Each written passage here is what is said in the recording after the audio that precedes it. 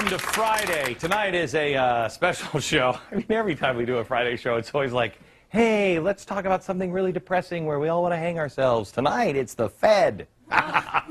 Oh, it's going to be spooky.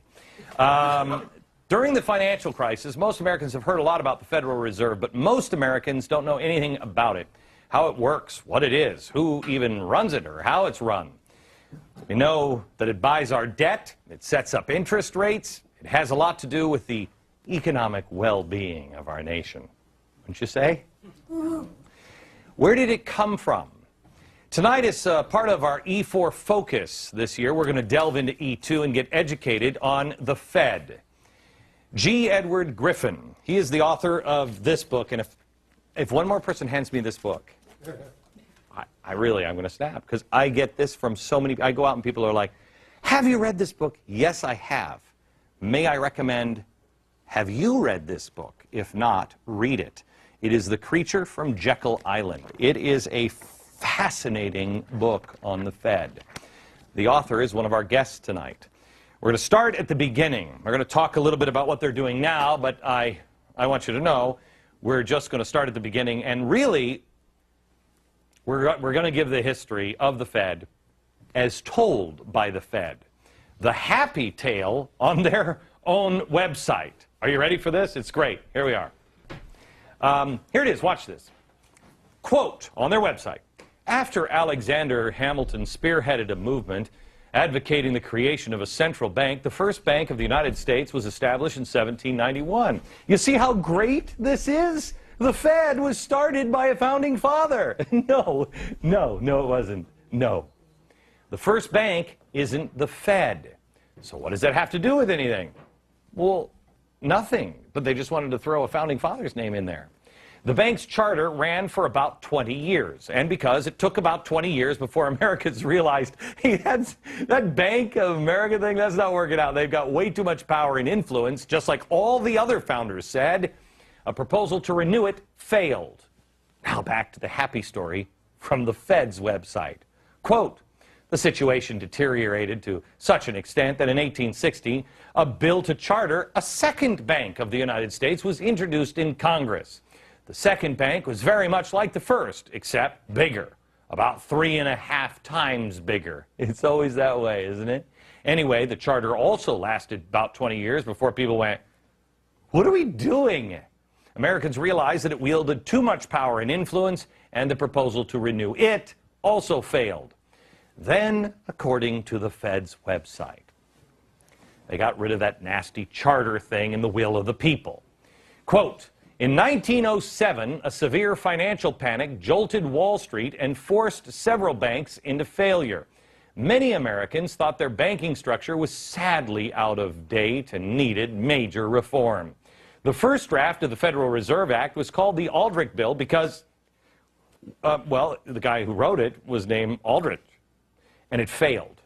President Taft refused to support it, and you remember he was so fat they had to have a special bathtub for him. Then it underwent some surgery and a reemission as the Glass-Owen Bill, and of course it got a signature from progressive Woodrow Wilson in 1913. Well, that's the Fed's story. Bill was introduced in 1907, and in 1913 it finally came to be. Isn't everything great in sunshine and lollipop world? The Federal Reserve Act wasn't drafted in Congress. It was drafted on a private island off the coast of Georgia in 1910. Here is the island, Jekyll Island.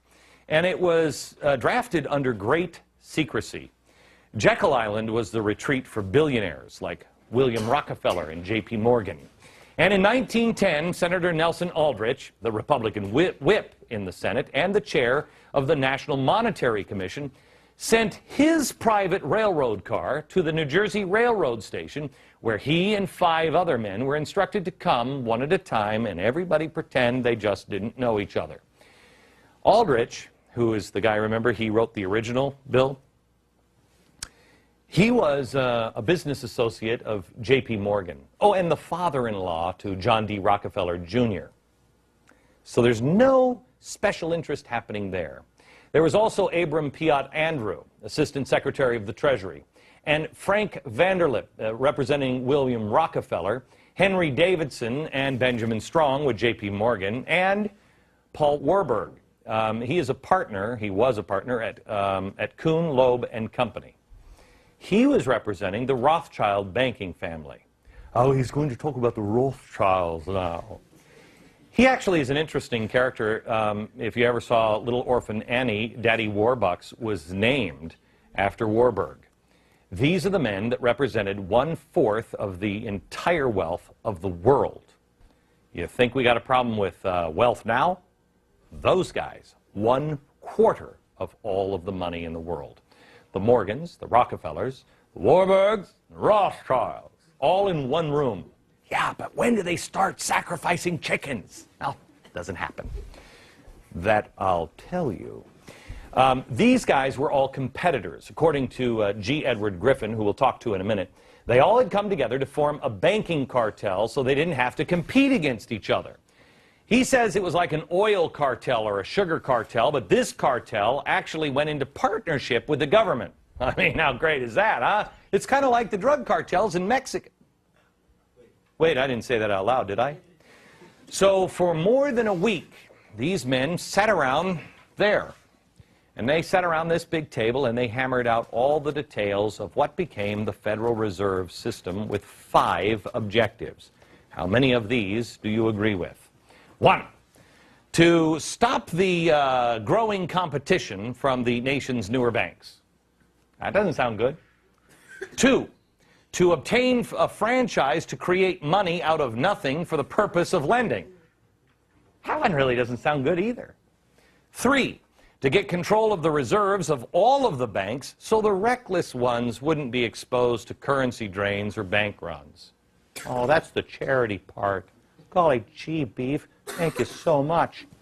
Then, to shift the losses from the bank owners to the taxpayers. It just gets better and better for you and me, doesn't it? No. Again, the answer is no. And then finally, to convince Congress that the purpose was to protect the public. Well, they started the Federal Reserve with no money, just a checkbook. The government could go to the Fed and obtain instant money without having to consult the taxpayer. What a country! Money created out of nothing and then given to the government. It's loaned by the banks to you and me, and then we pay interest on it, and it goes to them. Interest on nothing. Again, the Fed is nothing more than a cartel like OPEC, except it's a money cartel. And this cartel that brought the federal government into a partnership where you and I have to answer to it. And it's only to enforce the rules of the cartel, you know, to bring those into agreement with the federal laws to protect you. It operates under the protection of the federal government, and the government has virtually given a monopoly to create the nation's money supply. There are no elected officials. There's virtually no accountability to anyone. The president doesn't get to say, I'm going to name Glen Beck as the head of the Fed, which, oh, please. Sarah, when you're in, I'm available. Oh, did I say that one out loud, too? Can't do that. The Fed gives the president a list to choose from. Really? Well, thank you, Chairman Mao. The Fed is privately owned, but by whom? Good question. No one knows. We can't open their books, and we don't know who owns them. Really? Now, here's an interesting spin from the Federal Reserve Board website. Although they're set up like private corporations and member banks hold their stock, the Federal Reserve banks owe their existence to an act of Congress and have a mandate to serve the public. Oh, therefore, they're not really private companies, but rather owned by the citizens of the United States. Well, that's fantastic. Let's all go to the bank and make a withdrawal. Or how about we lower the interest rates at the bank we own? Yeah. The next question and the answer on the site is, are Federal Reserve Bank employees considered government employees? Answer, no. Employees of the Federal Reserve banks are not government employees. They're paid as part of their expenses of their employing reserve bank. Oh, so it's like charity. That's interesting. So it's not really private, and it's not really public. It's just this mysterious magic money dispenser that buys all our own debt, sets our interest rates, sets our economic policy, loans billions of dollars to other countries, helps us borrow billions of dollars from other countries, and then prints money just out of the thin air. And there's no drive-through window, but everything else sounds magical, doesn't it? Yes. I have news for you. There's a lot of people, when you start talking about the Federal Reserve, they start going into, and then the Bilderbergs, along with Colonel Sanders, got together, and they start going down crazy roads. There is no reason to do it. It's crazy enough. Let's talk about just the facts, shall we? Let me introduce you to a couple of our guests, because I think we have some interesting times ahead, and I have a feeling the audience is waiting to pounce. Edward Griffin is the author of The Creature from Jekyll Island, and Mike Calabria is the director of financial regulation at the Cato Institute. How are you, sir? I'm doing well, thank you, Glenn. Did I get it right as far as you're concerned? Mark, but... oh, did I say? What did I say? I think you said Michael. But I'm sorry. Okay. My brother will be talking. Okay, good. So, Mark, did I get it right? Yes, you did. Okay. Let me go to... Now, I want to make sure I get G. G, do I call you G or do I call you Edward? Or G-Ed? Edward will work just fine. Okay. How about G-Money? Edward, did I get the story right, and what did I miss? You got the story very, very right. A lot of very interesting details. Of course, we don't have time for it in a program like this, but the essence of it, you got exactly right. Okay. What did I miss that is important? In fact, let me go here. Let me go here. I'm going to show you this timeline. And this timeline shows all of the crashes, not the panics, but the crashes in the United States. A crash in 35, one in 1880. Then it kind of picks up. 1880, 1896, 1900, 1903, 1907, then nothing till 1929, then 37, 38, 46, 62, 87. There seems to be this clump of crashes here. Is there anything nefarious about those crashes, or is this just bad policy and everything else? Well, there are two things. First of all, you asked if there was anything that was left out. As I said, the important items were there, but there's one thing you might want to explain to the audience, and the reason for the secrecy that you mentioned. Why were they concealing their identities? Why did they deny that they went to this meeting? And the answer is because if the American people had known that this bill, which was supposed to protect the American people from the big bad bankers, was actually written by those same bankers, well, then the scam would have been out in the open. And that's why they had to keep the whole thing secret until many years after the meeting took place. Okay, so Edward, hang on just a second. We just did a story this week where the unions and all of these people are saying the big bad banks are getting all of our money. And I thought to myself, well, wait a minute, the unions are the ones that racked up all this debt. Then the government takes the money from the taxpayers and then has given it to the banks. The banks are the ones that are, through the central banks, causing all this problem. Mark, can you help me on this? I mean, it's... Well, very much so. I mean, what we've seen is the central bank pushing all this money into the system. The Federal Reserve very much played a key role in creating the housing bubble to begin with. I mean, you might remember after the dot-com bubble burst, right, after 9/11, we cut rates, the Fed cut rates, Greenspan took them to historic lows, the mortgage market, the housing market took off, and eventually that bubble was going to burst, and it burst in 2006 when the Fed started raising rates. So they played a very big role in this, and they're trying to create bubbles today. If you look at what the quantitative easing is doing, you look at the interest rates we're seeing now. Would you agree with me? It's the last one. It's the last bubble. I think I dubbed this, maybe in 2005, I think I said, housing bubble, and then we're going to have the last one, the money bubble. Yes. It is the last one, too. Well, let's hope it's the last one. I suspect that after this bubble burst, the Fed's going to look for a way to try to create another bubble to try to make us forget about the last bubble. And that's really the way they were doing it. And there was a very conscious attitude in 2003, 2004 to say, okay, we're coming off this recession across with the dot-com bubble. What do we do to make people feel wealthier? What do we do to get people to go out and spend? And what they decided to do was, let's gin up the housing market. Everybody will feel like they have a lot of money. Right. It'll a lot of people to work. And so what are they trying to do now? Let's gin up the stock market. So and it really is creating one bubble to try to offset the effect of the last bubble. So, Edward, let me go back to you. We see the way they're working the bubbles now, but let me go back into the past. We see this clump of crashes here.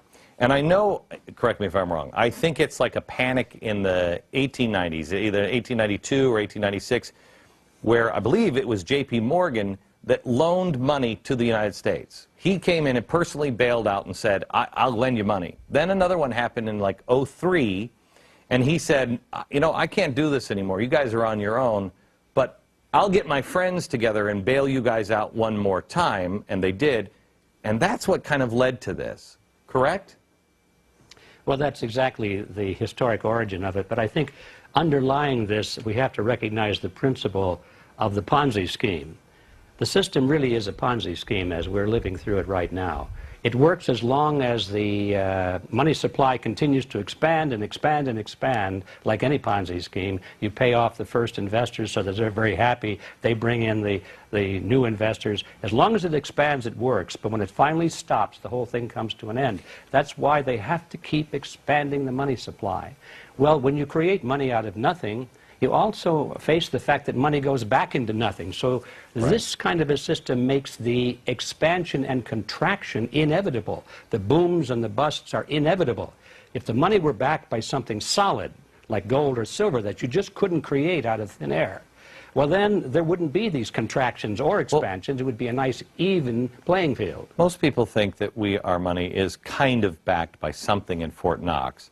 And I have talked to several congressmen who have asked to go see the gold in Fort Knox, and they can't go see the gold in Fort Knox. It is, I mean... That's, you know, sort of surprising, because one would think that congressmen and I could understand why they might not let me see it. I might want to take some of it out with me. Well, the largest collection of gold is here at the Federal Reserve, right? Exactly. And that's not American money. That's the Fed's.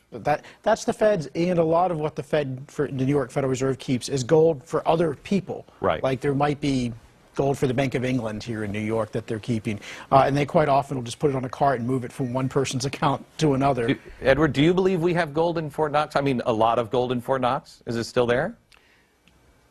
I think it's very naive to think that we have any gold there for the reason you said. If they had it, they would show it. It's as simple as that. Okay, they don't have any gold there. Back in just a second.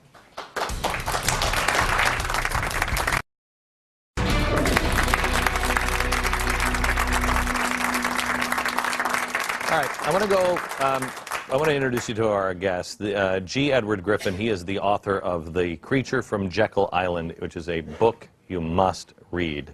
And then Mark Calabria, he is the Director of Financial Regulation Studies at the Cato Institute. Let me go to Edward here for this question.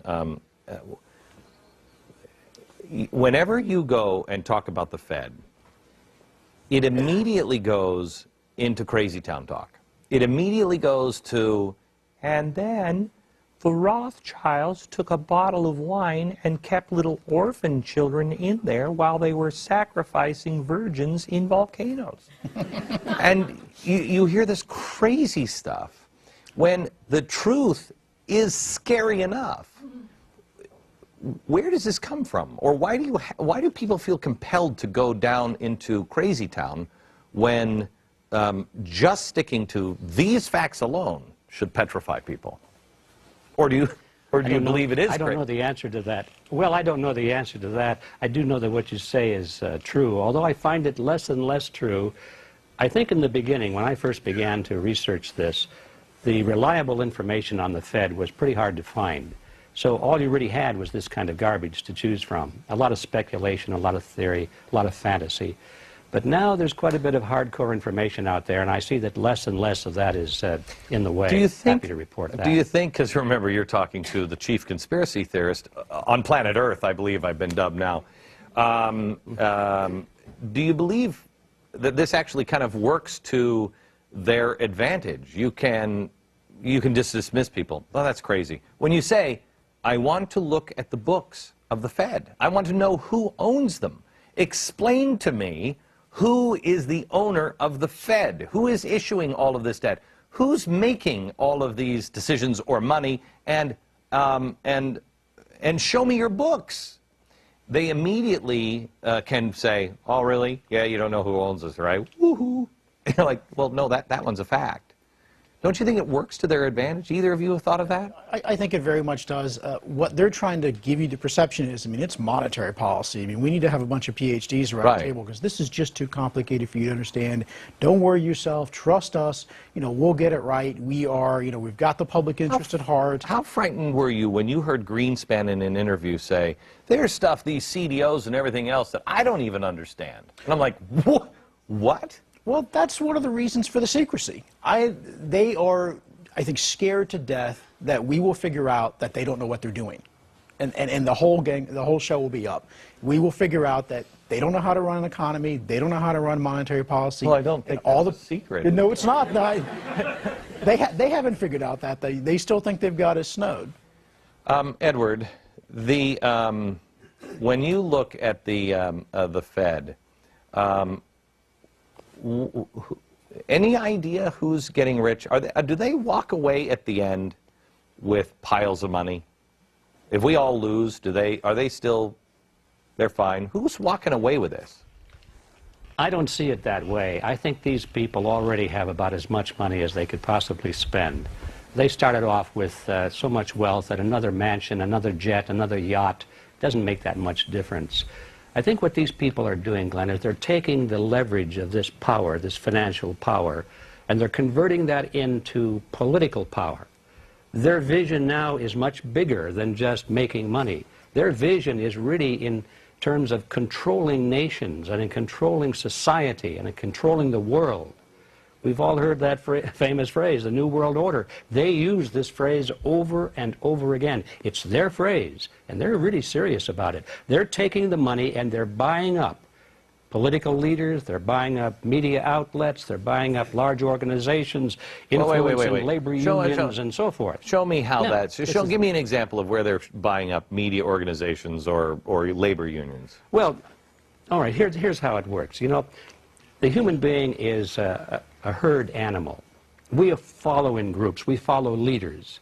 And so all that anybody needs to do to control a society is to control the leadership of that society through what these people call the power centers. Those are the large organizations, you know, the things that people belong to, and they have leaders and they follow. They respect their leaders. We're talking about political parties, labor unions, church organizations, the obvious things. So they know that if they can dominate just the heads of these organizations, the half of 1% of the population that is in control of the power centers, they've got the masses in line. And so when you look at the tops of these organizations, they're all in line with the Federal Reserve, with the New World Order, and that sort of thing. Okay. Not the membership, but the top. It's the Saul Alinsky principle of organize the organized. Let me come back. Audience questions, and then I want to ask you, Mark, about Ronald Reagan. The story is that Ronald Reagan was kind of taken on the Fed and rattling the cages, and the Fed taught him a lesson, and he kind of went back into line. We'll get into that in a second.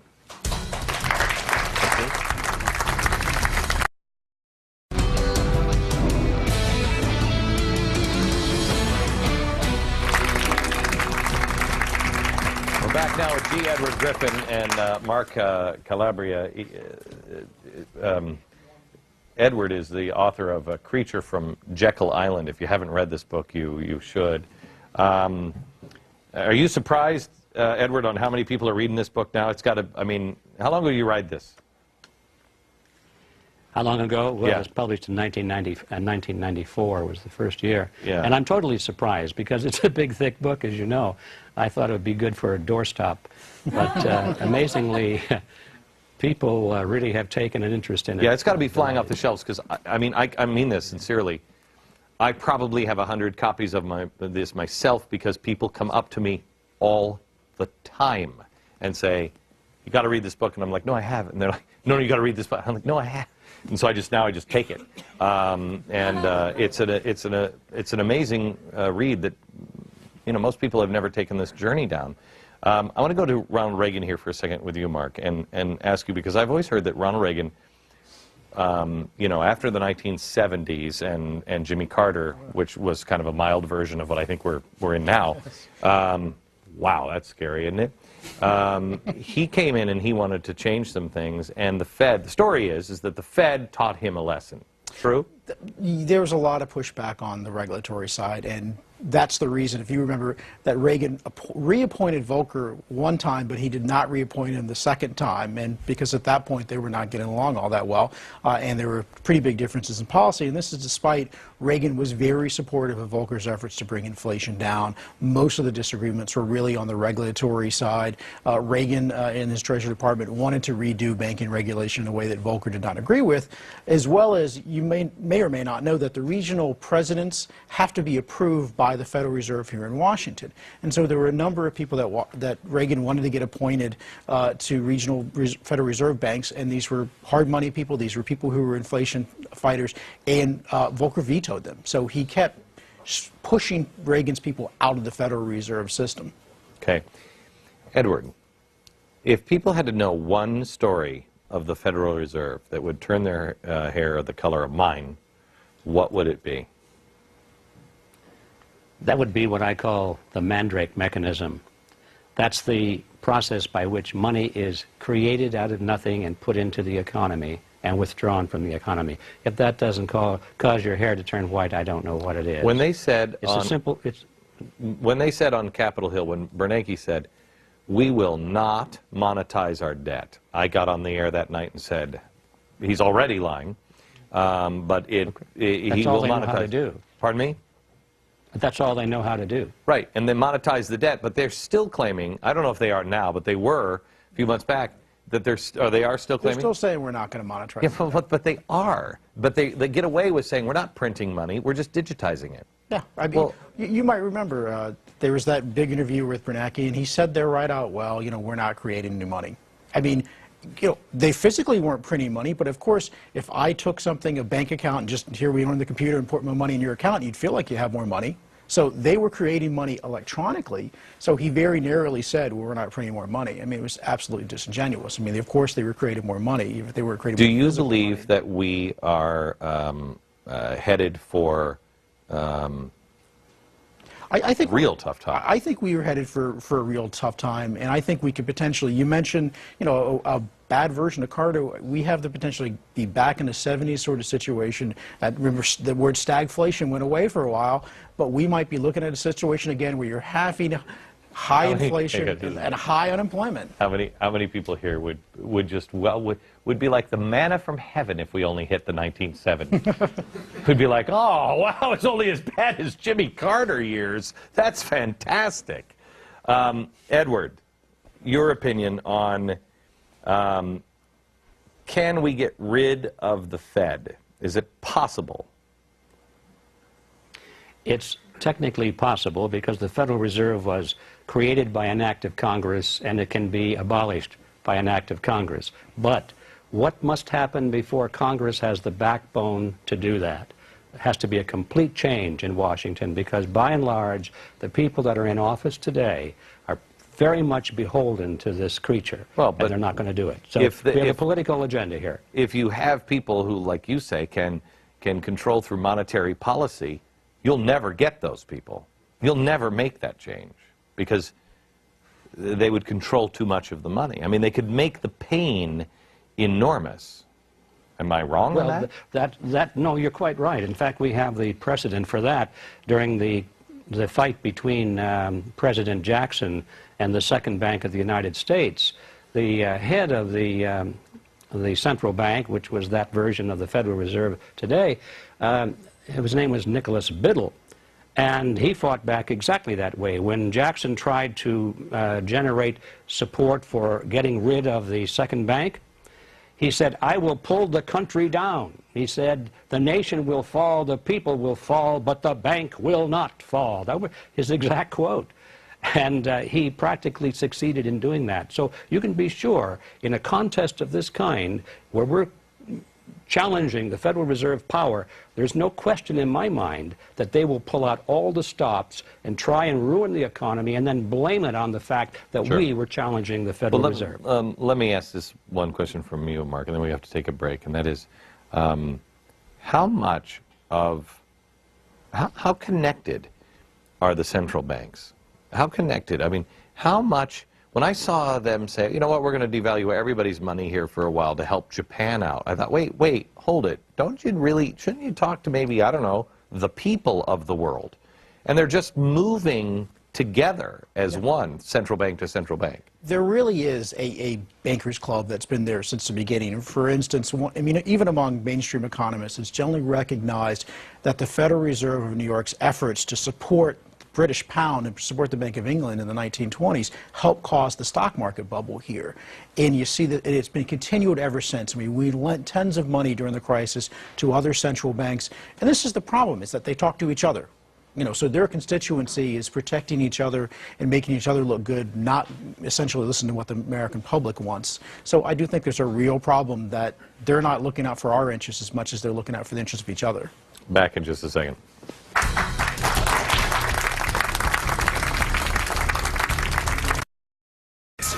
Hard-hitting interviews, sharp market insight, in-depth analysis with a critical eye on events shaping today's most important stories. Weeknights, Dobbs is back to business, going back-to-back with one of the most experienced names in business journalism, Neil Cavuto. Two trusted names, one powerful network. When it comes to covering business, these guys are all business. Only on Fox Business Network, giving you the power to prosper.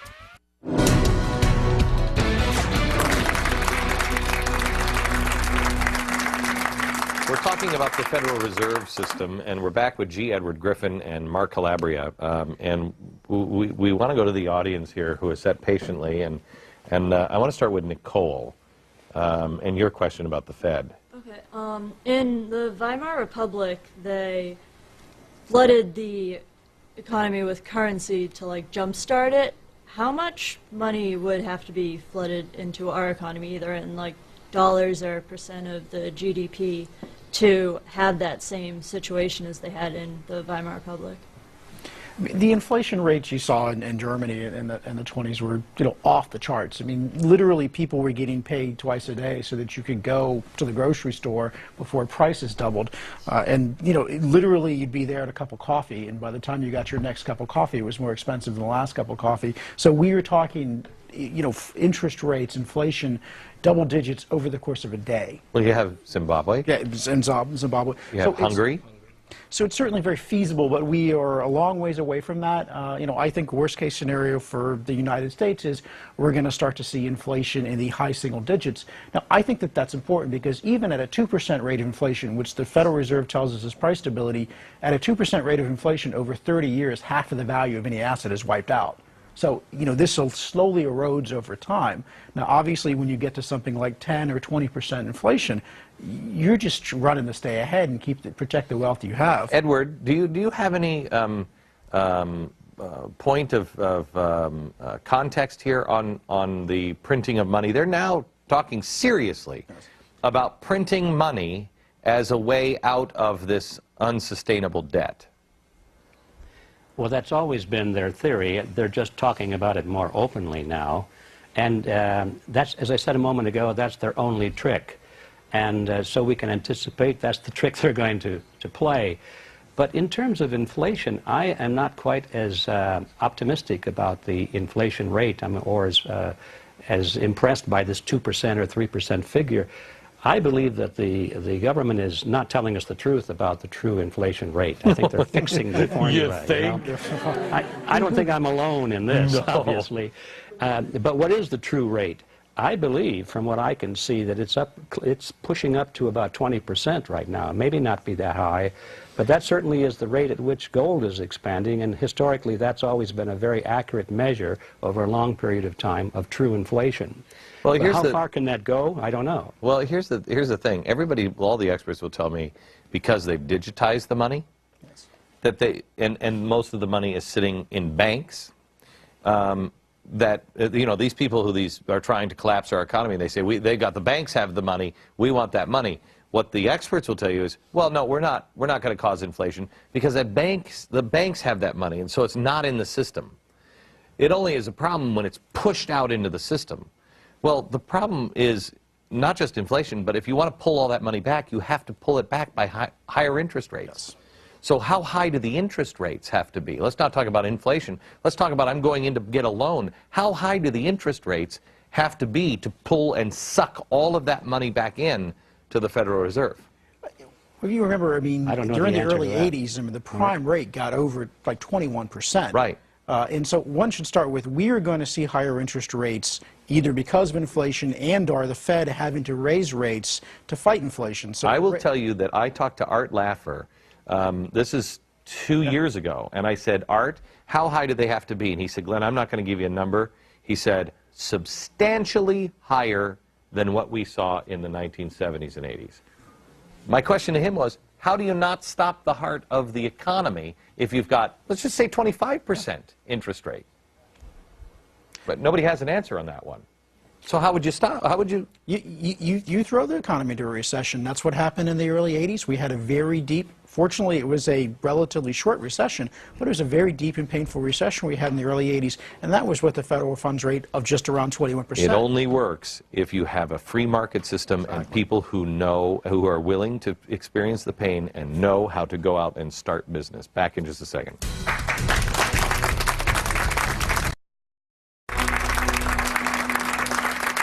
We're just having an interesting conversation here with Morgan. How old are you, Morgan? I'm 23. You're 23. You just asked the question in the break. I don't have anything. Right. What do I do, right? What do you do when it all comes crashing down if you don't have anything because you're just starting out? I mean, I think you do need to be concerned. I mean, fortunately, for good or bad, you're not in as bad shape as people who are savers. I mean, the people who are really getting hit the worst by this are people who've been saving all their lives, who are near retirement. You hopefully have enough time to plan against this. You need to put yourself, I mean, the first, most immediate thing you can do is build your own human capital, because labor will always be worth something and brains will always be worth something. And hopefully they can't inflate that away. But any physical wealth is going to be something that you've got to find a way to protect yourself and hedge it. And you can look at a variety of commodities, whether it's silver or gold, or whether it's even the food stuff, or even it's land, because all of those things tend to hold their value in inflation. And then buckle up. Yes. And then buckle up. Who was it? Was it Alex or Steve? Yes, Steve. That there really is gold that backs the ETFs. That's it. That's the electronic transfer, right? Of gold. That's the gold. That's paper gold. Yes. The operative word, I guess, here is backs. You know, when the Federal Reserve started out in 1913, you had to have 40 cents of gold for every dollar that they issued. We're not even at 1 cent for every dollar that's issued. So in no way could you go and get gold for your dollar bills.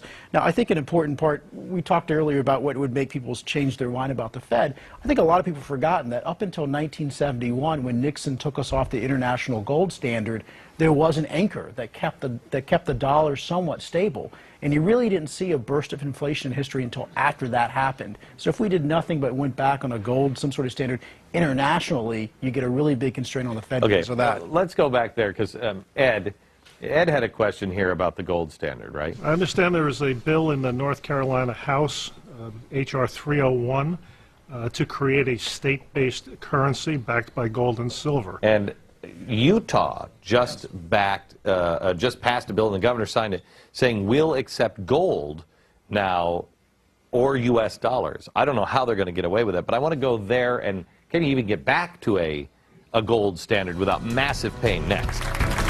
The states that want a gold standard, like Utah. Good idea, bad idea? I think it's absolutely a great idea. I mean, you can't trust and you can't wait on the federal government to fix this. The answer is going to come from somewhere. It'll come from the states. And let me give you this answer. I think it's even smaller than that. The answer is going to come from you. Somebody in the audience said, well, geez, if we don't have anything, what are we going to do? Look at our pioneers. Look at the Pilgrims on the Mayflower. They had nothing. They not only survived, they thrived because they had each other and they had God.